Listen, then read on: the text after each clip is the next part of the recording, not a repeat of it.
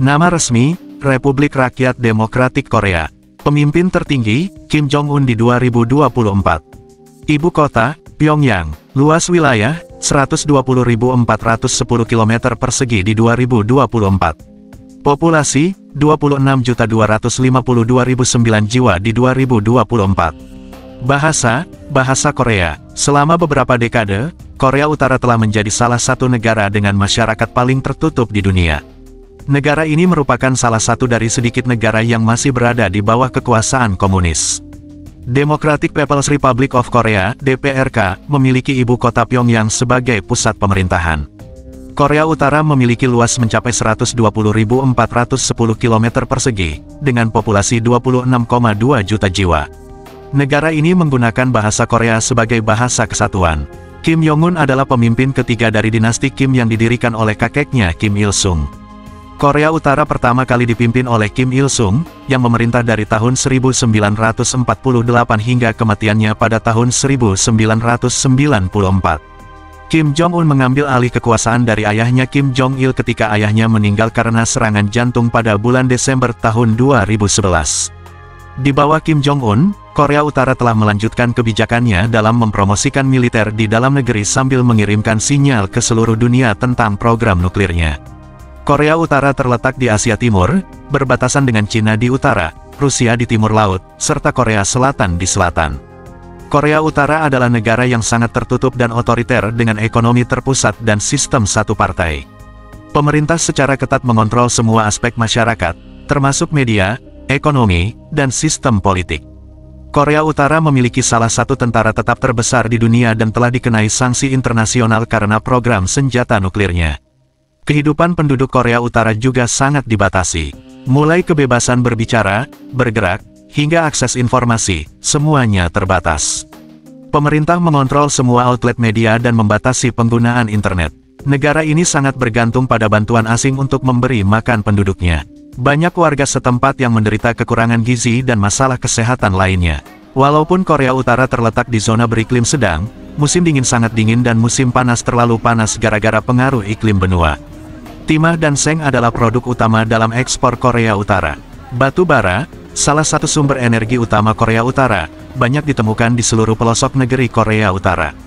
Sebagian besar batu bara adalah antracitik, batu bara keras. Cadangan batu bara lunak dalam tanah sebagian besar terdapat di Aoji Provinsi Hamgyong Utara dan daerah Anju Provinsi Pyongan Selatan.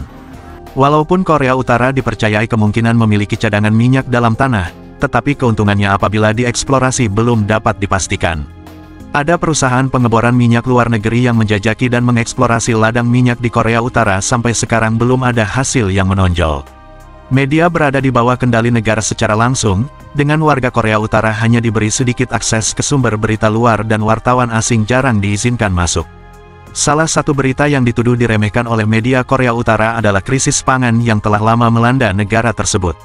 Pada tahun 2008, Program Pangan Dunia Perserikatan Bangsa-Bangsa memperkirakan bahwa 8,7 juta orang membutuhkan bantuan pangan. Apa yang dilakukan orang tua, kakek nenek, atau buyut Anda pada 1940-an? Kemudian, apa afiliasi politik Anda? Pertanyaan ini mungkin tidak relevan bagi warga di negara lain. Namun di Korea Utara, jawaban pertanyaan-pertanyaan itu akan menentukan kehidupan warga negara tersebut. Korut menjalankan sistem penggolongan sosial yang sangat ketat. Masyarakatnya dibagi berdasarkan beberapa kategori, seperti kelompok yang loyal kepada rezim keluarga penguasa Kim, kelompok yang bermusuhan, atau berada di tengah-tengah. Masing-masing dari kategori ini memiliki konsekuensi besar dalam kehidupan warga Korea Utara. Sistem kelas sosial itu dikenal dengan nama Songbun. Tempat lahir, wilayah yang dapat dikunjungi, akses terhadap makanan dan obat-obatan, kesempatan untuk bersekolah, hingga mendapatkan pekerjaan yang diberikan oleh negara dipengaruhi oleh Songbun. Songbun adalah sistem di mana Anda diukur berdasarkan kebaikan atau kesalahan leluhur dan kerabat Anda, kata aktivis dan akademisi Yeonmi Park kepada BBC. Segala bentuk kebebasan berekspresi ditekan dan siapapun yang mencoba menegaskan hak-hak mereka akan ditindas. Di Korea Utara, di mana tidak menunjukkan rasa hormat yang cukup kepada para pemimpin negara merupakan pelanggaran serius, tidak seorang pun aman dari penangkapan dan pemenjaraan. Korea Utara juga dicemooh karena hubungannya yang dingin dengan Korea Selatan dan Amerika Serikat dan dikecam karena melanggar hak asasi manusia rakyatnya sendiri. Pada bulan Februari tahun 2014, penyelidik hak asasi manusia Perserikatan Bangsa-Bangsa mengeluarkan laporan yang merinci pelanggaran hak asasi manusia yang menurut mereka memenuhi ambang batas tinggi yang dipersyaratkan untuk pembuktian kejahatan terhadap kemanusiaan dalam hukum internasional. Korea Utara didirikan setelah Perang Dunia Kedua. Jepang, yang telah menduduki Korea, mundur, meninggalkan pasukan Uni Soviet untuk menguasai wilayah utara dan pasukan AS untuk menduduki wilayah selatan. Pada tahun 1948, Republik Rakyat Demokratik Korea secara resmi diproklamasikan. Ketika Korea Selatan mendeklarasikan kemerdekaan pada tahun 1950, pasukan Korea Utara menyerbu, yang memicu Perang Korea. Hal itu mendorong Perserikatan Bangsa-Bangsa untuk mengesahkan aksi polisi yang dipimpin oleh Amerika Serikat dalam upaya untuk mengusir Korea Utara.